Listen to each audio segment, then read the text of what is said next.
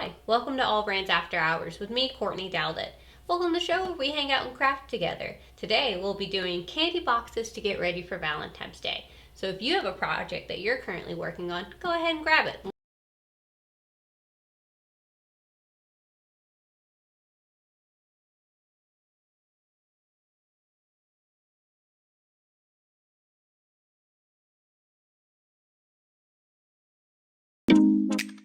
Alrighty, so the candy box I want to do is actually one from Canvas. I told you guys in the Canvas video that I wanted to do a project straight from Canvas. Let's go ahead and we're going to go into Canvas and I'm going to show you how to grab the project. Alright, so we're in Brother Canvas, and what happens right when you get into Brother Canvas is all these different projects show up.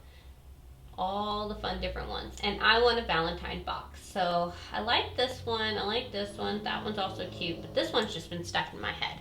I need to do little gift boxes, Valentines, to send out for my son's class, and I think these would be perfect.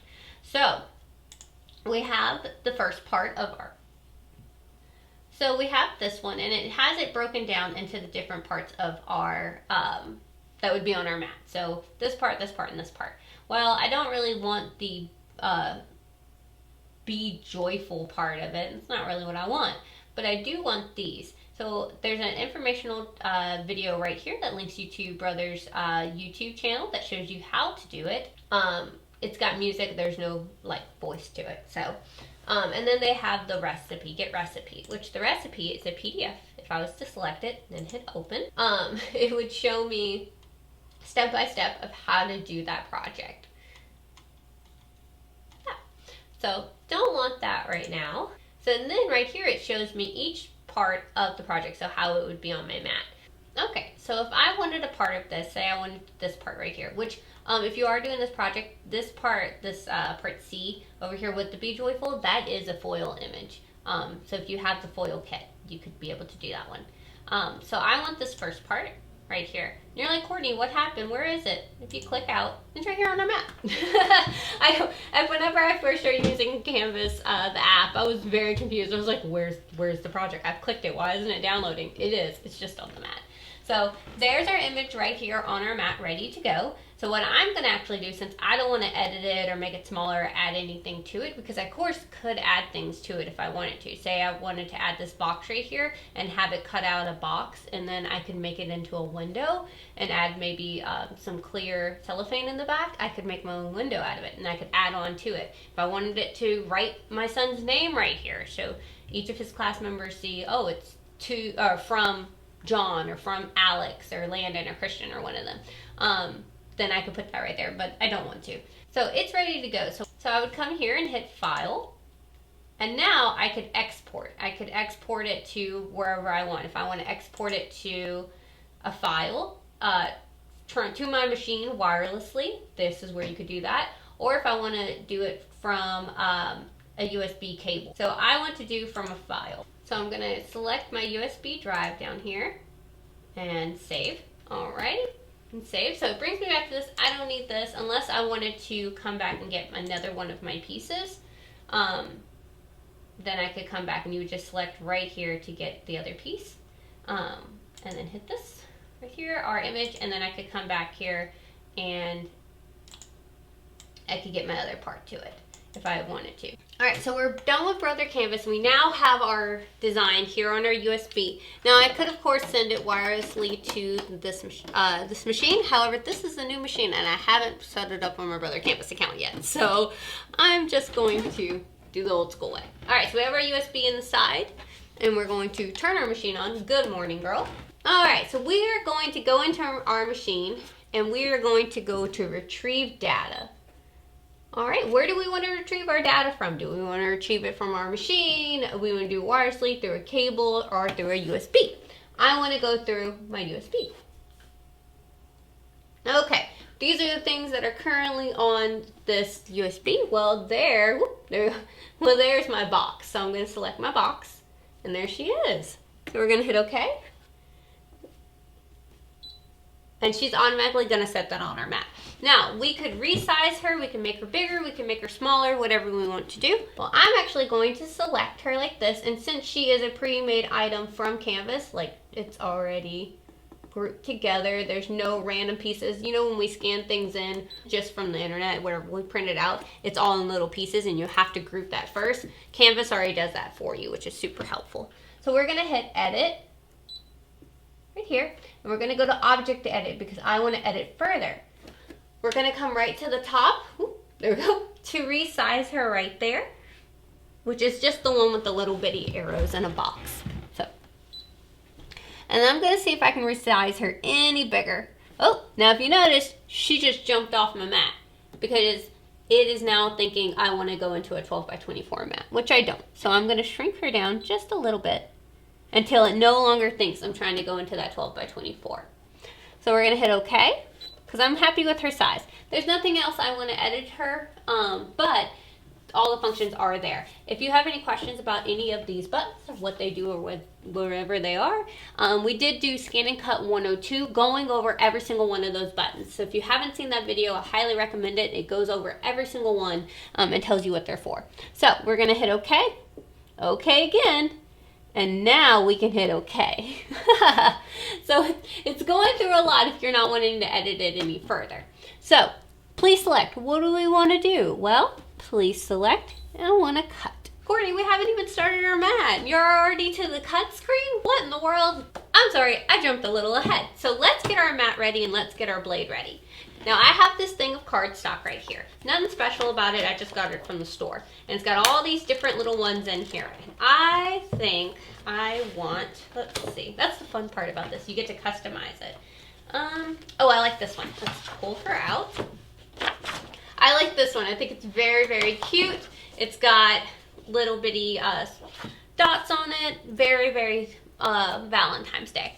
So, for this project, we're going to be using our low-tack mat. Courtney, why do you want to use a low-tack mat? Well, if you notice, she's sticky, but she's not super sticky. I don't want to put a piece of paper to a really sticky mat because I will be having little bitty pieces of paper stuck to my mat. So this allows me to cut out paper without shredding the paper. So I'm going to use, since this mat has been very loved, I've actually done quite a few of these because my son has 22 kids in his class. So I've done quite a bit of these already. So I'm going to put this on my mat and I'm going to use my brayer to make sure that my material stays on my mat. See how I'm pushing it around? It's not wanting to move because I've braided on there and I've kind of made sure that it's sticked on there. Is braiding necessary? Not 100%. You could do it with your hand like this. This just gives it a good seal, so you always hear me talking about the brayer tool. I just like it because it makes sure things are on my mat. So we've got our paper on our mat, and it's a 12 by 12 paper, so it fits perfectly on our mat. We have it on our low tack mat because remember that is our paper mat. Now, currently I have my rotary one in here, but that's not going to be what I need. This blade. This is my black auto blade. This is kind of like your multi-purpose blade. I feel like I use this one a ton, especially if it's a material that I'm not sure. There are different blades like your, let's see, like your tan blade that's for fabric, just fabric. And then your rotary blade, which is like delicate fabrics, delicate materials.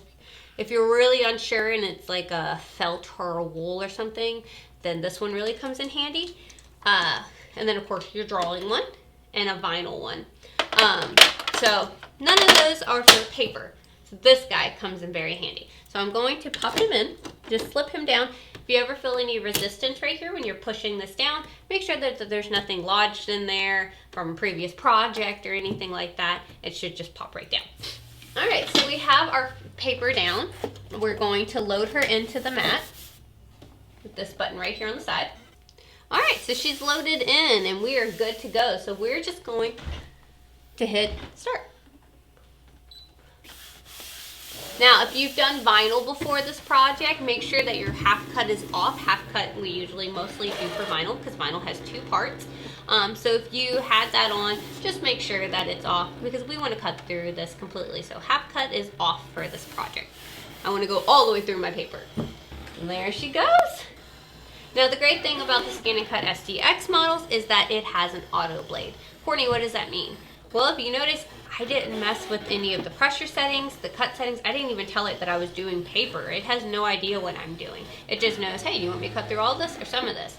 So with the auto blade, it's going to sense how deep that material is and only cut through that material. So my mat won't be cut through, my paper will be perfectly cut because it's going to make sure it at least cuts through all of that material. And it's just going. I don't even have to do anything. Why am I here? Now, if you notice, she's jumping up and down. Courtney, why is she doing that? Well, my design had perforated lines, which were little dashes that the machine canvas had on there. So my machine is reading those and it's cutting them out. So that way when we're folding them, it's gonna already have a nice crease that we can, like as a guide, we can follow it to make a nice crease. Alrighty, so she's cut out. I'm so excited. I'm just gonna pull off. Oh, I should probably do it this way so you can see. Oh my goodness, how cute is this? Oh my goodness, I am so excited. Okay, so you can't see it, but she actually made perforated little bitty cuts in it whenever she was jumping up and down. Courtney, goodness, all right. Whenever she was jumping up and down, she made perfect little perforated lines. So if you actually even notice, she even made little tabs. That'll be easier for us to put her together. So to put her together, well, one, we gotta decide which side we want. I like the little dots. So what we're going to do is we're actually going to start folding her on those perforated lines. So if you notice, I mean, you could do it on a straight edge if you wanted to, but I mean, it's so perfectly aligned that I don't really have to. So, all right, so we're gonna fold that first perforated line, and then we're gonna come do the next one. Oh my gosh, this is so cute. All right, and the next one. So we folded each one of those, and don't forget to fold your tabs. So I'm gonna fold this tab down like this, and then fold that tab in. So everything got folded in, all my tabs, because I want them to lay inside of my project so that way you don't see it. So now, since we have that on there, we could either do two different things. We could glue it with a glue stick, or we could tape it with tape. I kind of like both. It depends. It really depends on the material. It depends on the project, which one I do. I'm thinking, so I'm gonna tape it. I think that would just be faster. So I'm going to, if I was gluing it, I would put glue on the outer part of the tab. So that way when it's folded in, like this, I could just take it, fold it, put it that way, and then the glue would hold it. But since I'm taping it, I'm actually going to put the tape on the inside part with it kind of sticking out. So let's see. So like this. So I've got a little tape over. So that way when I put the box together, there's a bit of tape to hold it. So put this part, put more tape. And I'm just running tape all the way down that tab like this. So that way there's tape fully down that tab. All right, so easiest thing to do, I think, is to lay it, because I mean, she folds. So I'm going to put the seams together. That way she lays perfectly where she needs to. I need to get an overhead camera.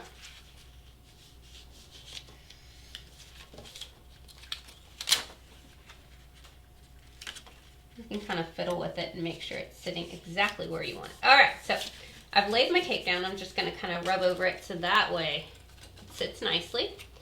Look at that. Oh, that's so cool. So you could just gather the sides. They have perforated lines on there. I'm not going to perfectly seal them because I'm just gonna kind of push my finger where they're at and kind of lay them down a bit, but I don't want to crease it because I want it to look fluffy, not like it's just stuck to it. Because I feel like if I crease it, well then these two little bits are going to want to stick together as one, and I like it where it's a little fluffy. So I'm going to take my tape, just a little piece, and put it on, again, the inside part of that tab. Take the tab over to the next heart where it goes, and then crease it like that. So, and then on the other side, that way we can seal up the sides of our box. Have our tab. So this is the outside part, the polka dots. The inside pink part right there. So I'm going to put it on the inside pink part, the wrong side, put my tape where it's hanging over that tab, line it up with a heart, and press. So, alrighty, so I think think that's really cute. There's different ways that you can put it together if you want. However, I think it'd be really cute to finish it off with some ribbon. So we've got this ribbon with the little gingham. And then I have this one that's just a bunch of hearts. I think they'd both be really cute, but I think I'm leaning more towards the gingham because I feel like it's cute and, you know, it's light colors. So I'm going to take some of this ribbon and I'm just going to cut however long you want yours. If you're just going to tie it in a knot, it doesn't have to be so long. If you want to do a bow, leave yourself a little room.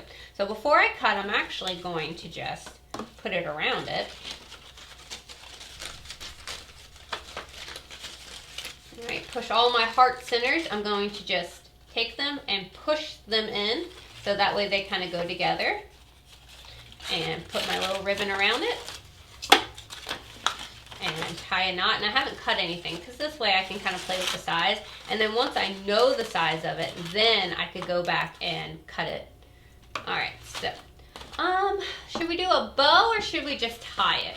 What do you guys think? Bow or just tie? Just tie kind of looks cute, but let's see what a bow looks like. Oh, the bow. Let's see. All right, so we're just gonna tie a cute little bow. Oh, the bow's cute. I like the bow. Look at that. All right, let's cut our ribbon. Now, this is where if you wanna cut it where it's just a slant, you could do that. But if you wanna make it where it looks like the little two, I don't know what they're called. If you know what it's called, put it in the comments. The little two tails to it, what I'm gonna do is take my ribbon and fold it in half. And then I'm going to take my scissors and I'm going to cut the ribbon on the outside part, not the part where it's folded, but the outside part. And I'm going to cut that going up at an angle. So that way it does a little tail that has two little ones on them. Or we could have just cut it like how this side's already cut as a slant. Well, I don't want that. I want it to be the two little tails. I mean, I think it adds a nice little touch, but this is where you can customize it however you like. So we're going to cut it. There we go. Oh my gosh, it's so cute. Okay, let's put the other side on. Okay, now if you notice it's ever caving in on itself, you can just put your hand in there and like push it back out. Mine's doing good, so. Okay, I kind of zoomed you guys in to see if you can see it a little bit better. If we were doing like the tabs again, so we have the tab here, we already put tape behind it. So I'm going to just take the heart and line them up. So I'm lining that one on the tab like that and pressing it together so it stays like that. Okay, now there's perforated little lines. And look, since they're already perforated, you see how it kind of jumped where it would have a dent in the center of that heart. So I'm going to take my ribbon, not my fabric. Tell me you're a quilter. And I'm going to make sure she has a little bit of tail. And then I'm just going to tie a knot. Let's go this way. There we go. I'm just going to tie a knot. Not too tight because I don't want it where it pushes my box like completely in, but just like that. And if we push those little together, that. Okay, there we go. And a little bit tighter. And we notice it seals that in so nothing is going to fall out. All right, and we're going to make our little bow.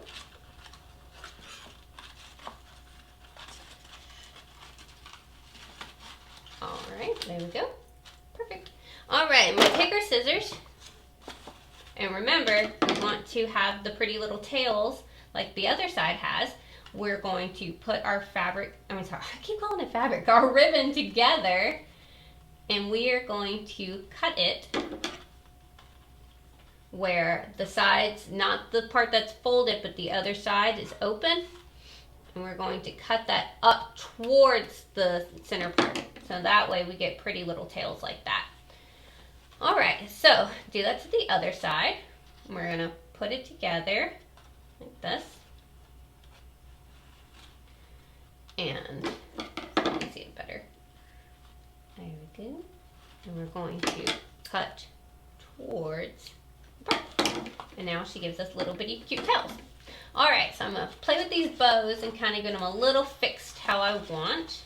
That's so cute, look at that. Now, if I was a perfectionist, which I am, I'm going to make it to where my bows line up on my little cute thing. Let's see. Oh my goodness, look how cute this is. How fun. And you can customize this to be whatever paper you want, whatever ribbon you want. It's really up to you. How fun is that? This came out so perfect. The great thing about this project, you really can customize it to whatever you like. So if you like different ribbon, if you like different cardstock, you really could change it up however you want. These are so cute.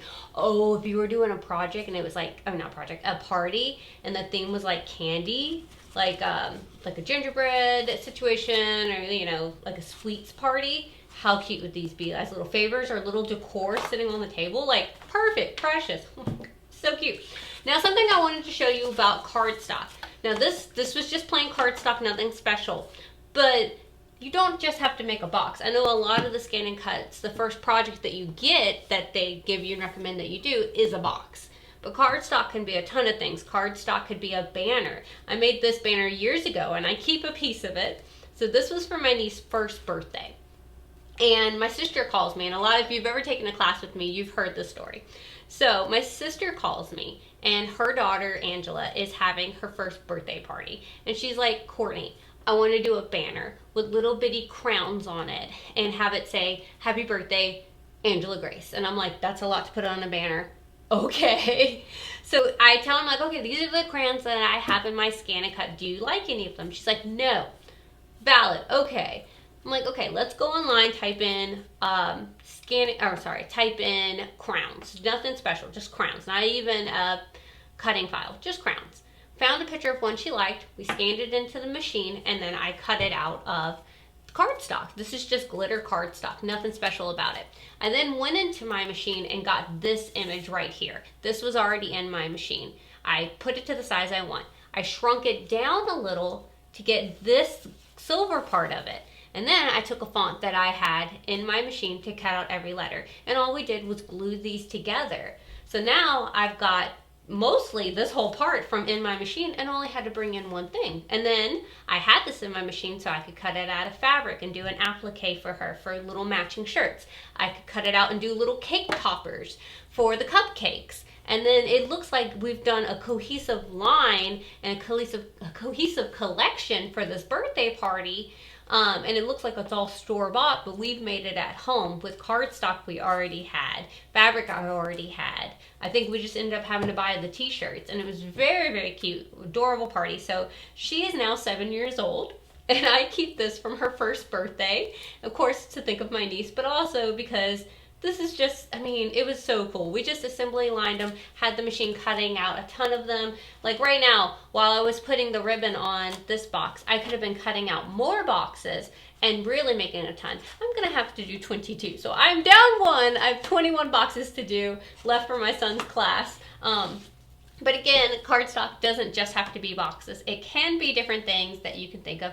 Again, you're only limited by your creativity and maybe Pinterest. But other than that, sky's the limit. So I hope you guys enjoyed today's project. Come back next week. We'll be having even more fun with different projects. Y'all have a good night. Bye.